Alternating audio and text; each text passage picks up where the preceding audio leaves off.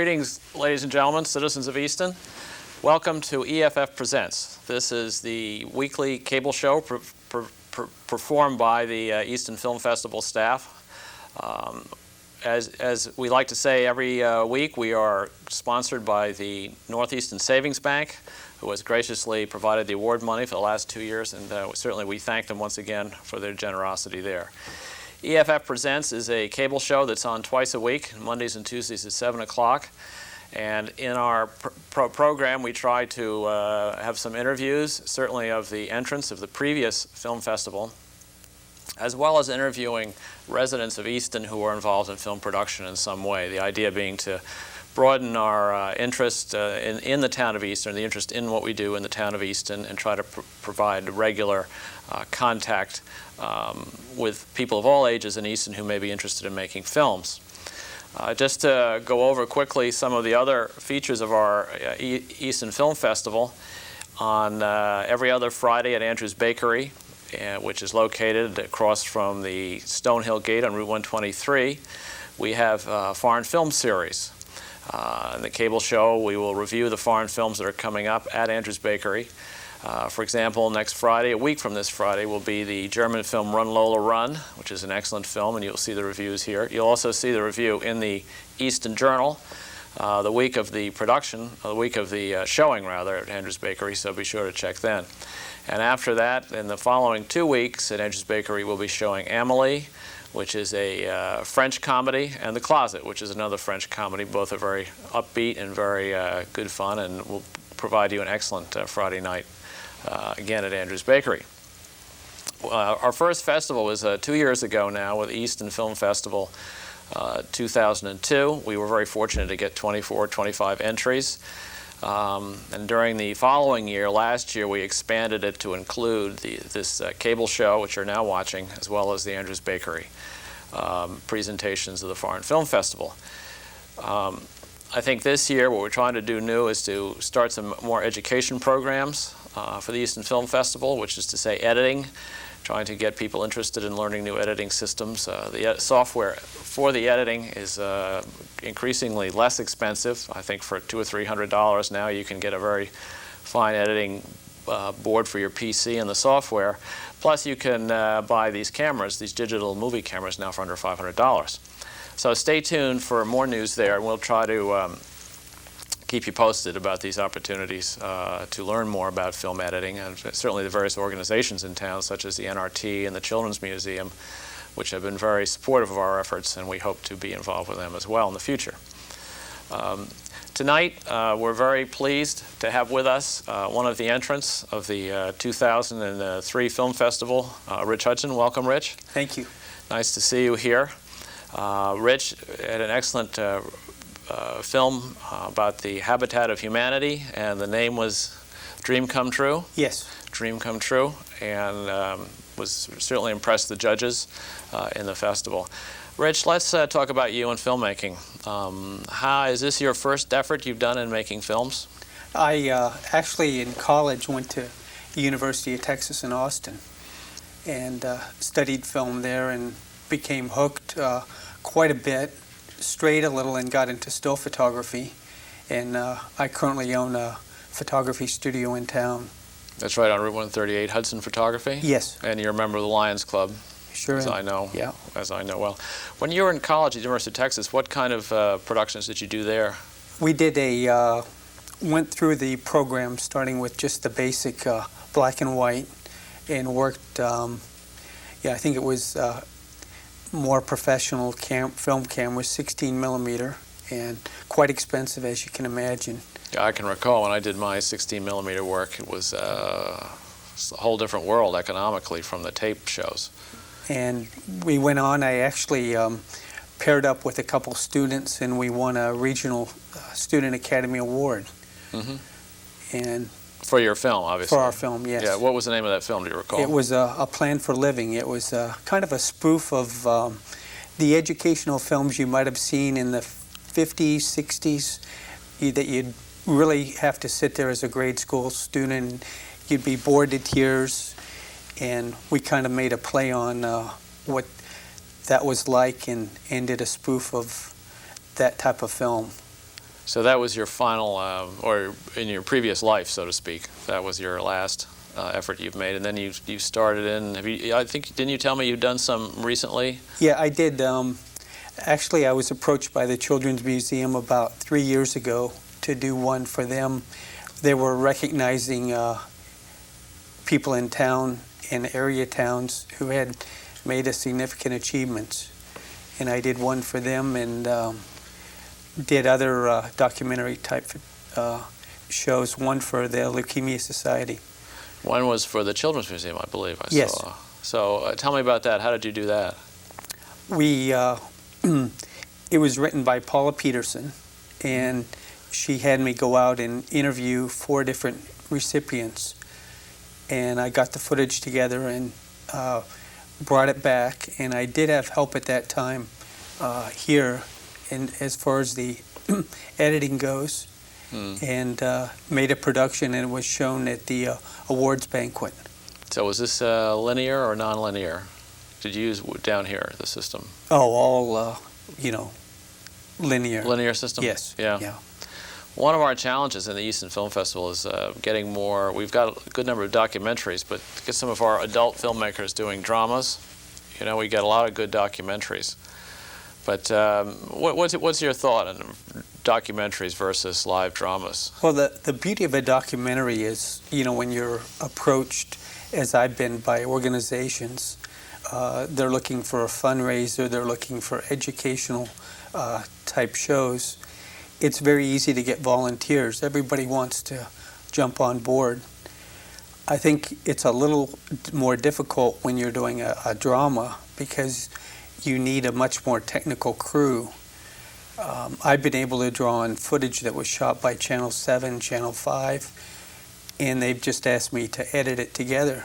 Whereas a drama, you're starting with you're doing it all yourself, basically. A script and, the shooting, the editing. I don't think you'd have as much help. You'd rely on a different type of volunteer. It could consume a lot of time, certainly, Yes. versus a documentary. Because when you edit a documentary, if things don't look good, you can always buy some footage or sort of Right. redoctor it. Sure. But when you have a plot, you have to be very careful to make sure that it keeps above water the whole way through. We had the Run Lola Run, which is coming up at the film series, and I always thought that would be a sort of drama thing we could do, 3 different versions of the same story. Sure. Which have its challenges, but it's an interesting sort of relatively simple plot. So, are you planning to enter next year, do you think, in the Easton Film Festival? I probably will. I'd like to do the drama. It's just a question of getting the script together and getting a crew together and a drama. That's good. That's good. So do you have any ideas in mind yet, or? Not really. Just still working on a few ideas. Yeah, good for you. Good for you. Well, I think we ought to have maybe a little seminar in maybe the end of the fall or sometime in the winter, try to address this issue of producing dramas or documentaries, and try to get some people like myself. I just have produced documentaries. I'd love to try some sort of simple drama. These high school youngsters have done wonderful jobs. Oh, they have. Very creative. Oh, extremely. Extremely. I think certainly the one that won this year, Epiphany, was very moving. The opening in the graveyard, when the camera sort of panned across, and then the woman turned the corner and the camera went up and met her. It was extremely, sounded like a Merchant Ivory opening. Very similar. I'm sure that's where they got the inspiration, but it was good. Well, I think now's the time we should take a look at your tape. And it's 20 minutes long, so I think what we will do is we'll just look at the first 10 minutes. Is that okay? Sure. Okay. That'd be great. And then when the tape is, when we're through that 10-minute segment, we'll just come and maybe talk about some of your techniques, some of the thoughts you have behind it. So back in the studio, if we could roll tape, let's watch Rich Hudson's production.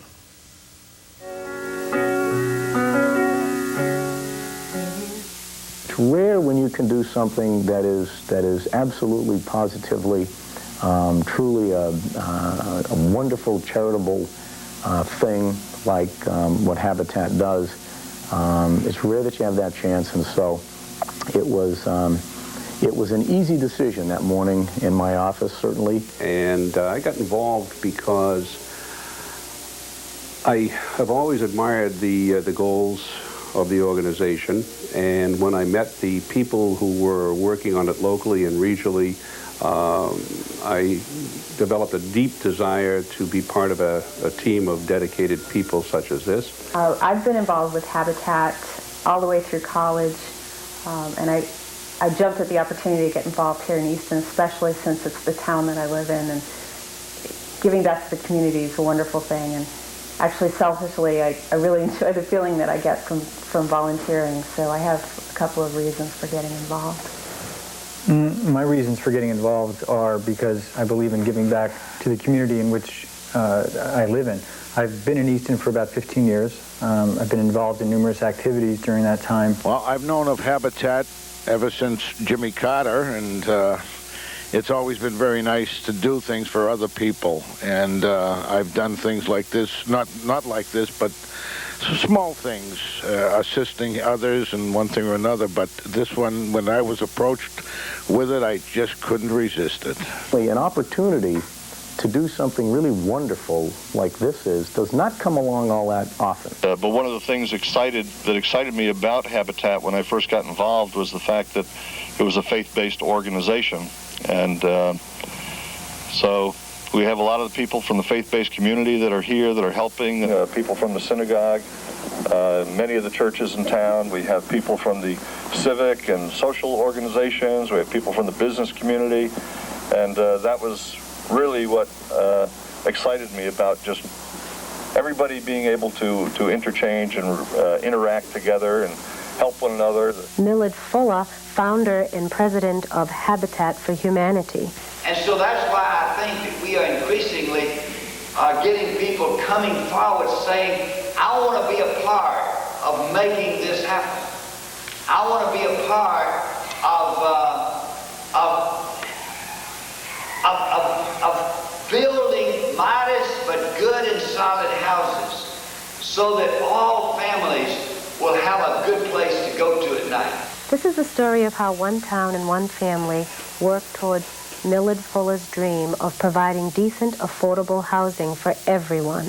And we're standing here on 32 Baldwin Street, and this is the piece of property that we're going to be building a house for Habitat for Humanity here in the town of Easton.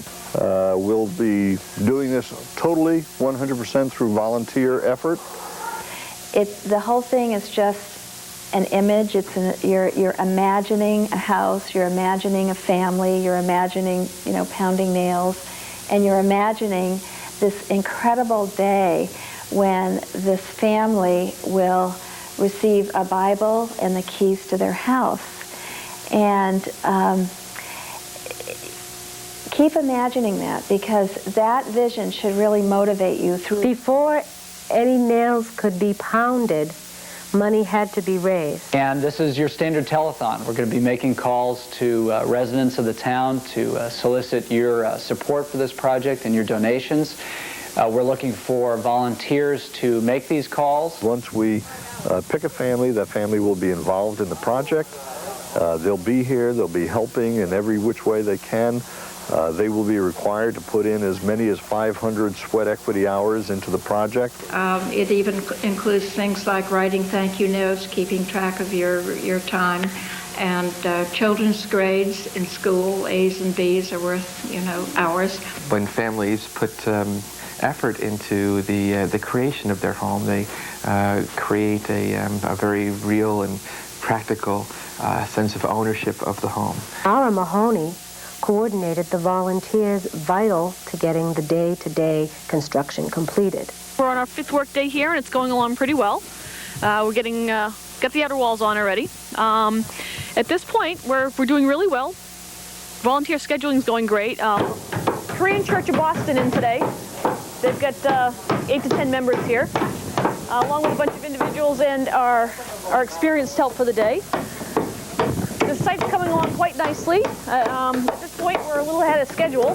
There will be a small committee meeting, making home visits. They're going to meet all these candidates and their children, moms and dads and children, And then that committee that's representative of you and our board of directors will meet, pray, discern, read the 3 recommendations made by the committee, and make a decision. And that family will then be called from a meeting very much like this. John Seavey, head of the family selection for South Shore, recalls making the phone call to Valerie. A family selection committee gathered around the cellular phone, and we called Valerie, and she shrieked, "We got it, we got it." I dropped the phone on the floor and ran out to my driveway screaming, "I got it!" Like a lunatic, and Sean picked up the phone. You have to excuse my mother. I think she's happy. This is a really exciting day. It's the introduction of the family, the Silva Andrews family, to the community of Easton. It's kind of a formal introduction. And they were chosen out of 19 families to be the Habitat family partners. They've been here actually already working on the site. They will put in 500 hours of sweat equity on this house as being a family partner. And they'll work with people from all over the community to build this Habitat house, which will then be their house that they will buy. And we're seeing just a tremendous show of support for this Habitat home here. Dearly beloved, we have come together in the presence of God to witness and bless the joining together of this family. These are my boys. Let's have them say their names. Hi, I'm Eric Andrews. Sean Andrews. Katie Shannon. Adopted daughter. My mom. Dan Andrews. This is a dream come true. I never do it without Habitat. This is just so overwhelming, so wonderful. There is a God. He answered all my prayers. And I'm blessed with 3 great boys, and I'll be able to stay in the town. I wouldn't have been able to do it without Habitat. Our landlord was preparing to tear down the house. We've been here 18 years. This is our home. A lot of great friends. We've met more than... It's just, everything's so overwhelming. It's Habitat's for real. You know, everybody keeps saying, I'm glad it's someone we know. I feel like I hit the lottery. Even before the shovel went in the ground or the nail felt the hammer, there were many plans, many hearts, many prayers. So here's faith in action. Prayers followed by footprints, even handprints, and even ink prints on dollar bills. I want to thank each of you for making this home a reality. Oh, even upside down I recognize it. It's upside down. What are we going to do with that? You know, it's funny, I'm going to remember a lot of these, even when the house is here. You know, I just got them mentally in my mind. On this Saturday, while we're working here on Easton, Oh, no, they're there. they're building 3,000 houses across the country. And we're building another few thousand houses in other parts of the country. Dream come true for my boys and myself. But the best part of the whole thing is all the people we've met. It's been wonderful. And, you know, lay down at night and I think of all the people I've met during the day, and just everything's so overwhelming. And We're just checking the code book and the plans so we can get ready to cut the stair stringers for the second floor. This is Gary. He's with the volunteer group today. That's the Korean Church from Brookline. Yeah. 96 run. Yeah. Stair. 14 rises. I've been in this town 18 years, but I just meet new people from all over, and the people that are willing to help and don't even know us, and just out of the goodness of their hearts, they're just helping us build a home of love, and they're just wonderful. I'll put the window in here. I can't get the window in here. See what? That's on both sides. You got to take it. No, you can leave this on. It's just this plywood. I think that.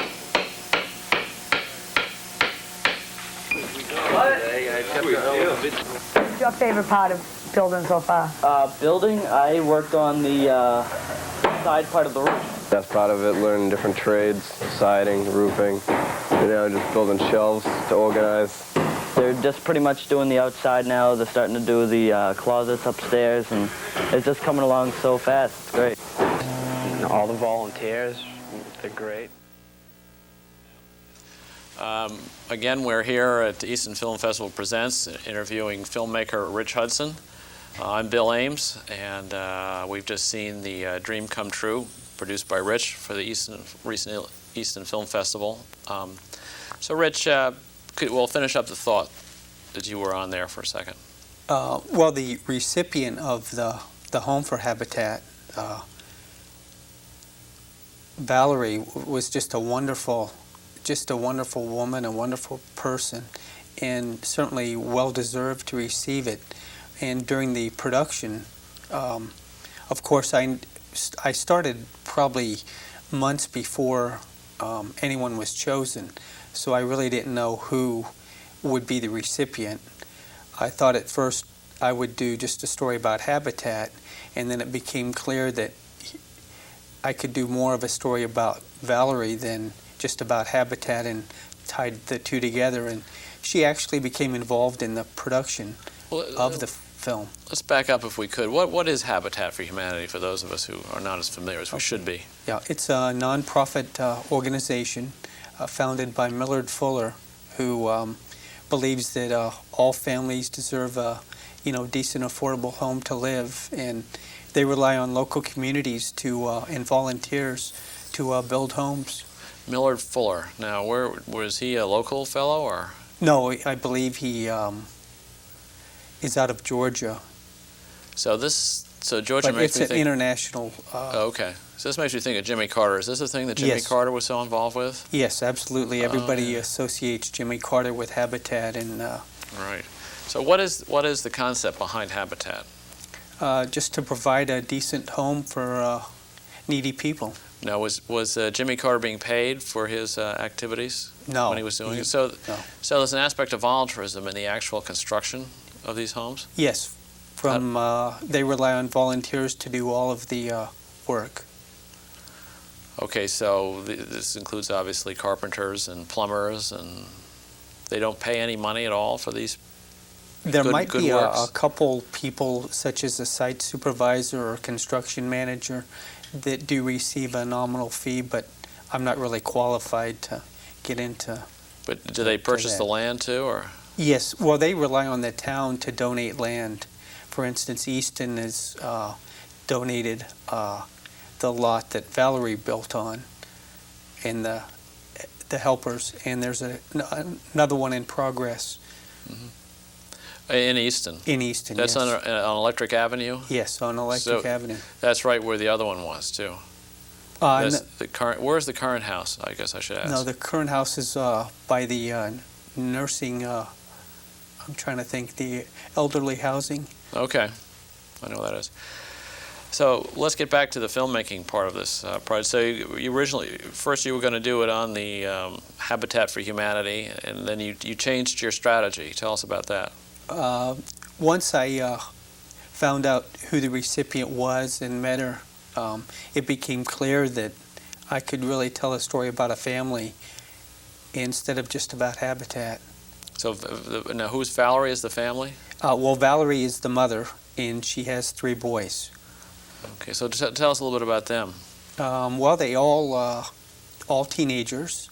They all actively participated, and they were just wonderful to work with in terms of they never complained about a camera being literally in their face. Mm-hmm. They didn't mind doing interviews. Some were a little shy than others, but...